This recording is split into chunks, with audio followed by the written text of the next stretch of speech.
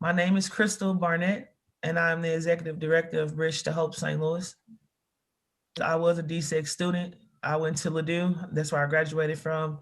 When my kids came along when I was 19 years old, 4 years later, we had to think about where my son would go to school, and there were no schools in my neighborhood. They opened up a private school, one of the only on the north side, and that's where Malachi got in. But when he got in there, I got to see what actual community, what real schools look like, and what excellence looks like. And it got me on the path of wanting to fight for all kids to have options to the best type of schools for them and not being trapped in schools that just won't teach you and that you won't learn in. The biggest blessing that my son has received, him being a senior, getting into 6 colleges of the 7 he applied to, was because of the opportunity he got to have school choice. Had he been trapped in a failing school, would we be where we are today?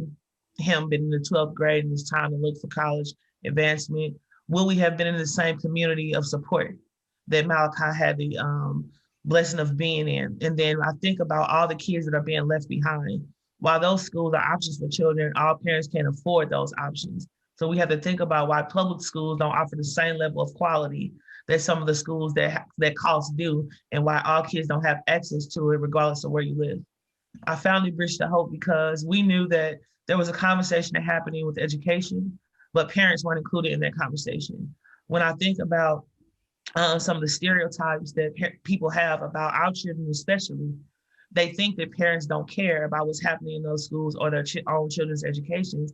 And we beg to show different. But what we learned is that we had to educate those parents first so that when they go in to advocate for more resources, for better access, for choice, for quality, they will have enough receipts, they will have enough education, they will understand the system under which their kids are operating in, and they will know what to do to fight against those things that are stopping them from getting to those next steps of success. Students in schools, certain schools that are failing them, have been failing them for 40 years. So this is not a pandemic issue, this is a quality issue. And that's why school choice is so important, because we won't have to leave you trapped in those low performing schools, and you won't have to keep transferring to low performing schools. We need to create opportunities where children can go to the school that will best fit them and get them on track to do well. I would like to just say how thankful I am to have worked with the parents over the last year. The things that I have learned about what it is that parents really want, what's really happening in those schools, and then how we can start building stronger partnerships.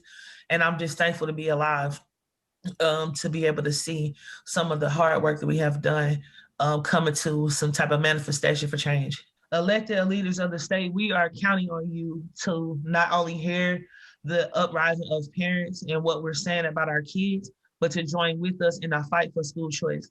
It is very important that we don't allow our children to be trapped in those spaces where they can't be free, where they can't learn, that leads them to prison and pipeline and death.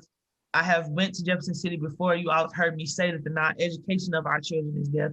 And if you care about kids and not semantics and not charter versus public and all the things that people argue about, then join with us in Bridge to Hope and work with our parents to help us get what we need for our kids to thrive, no matter what environment or school they're in.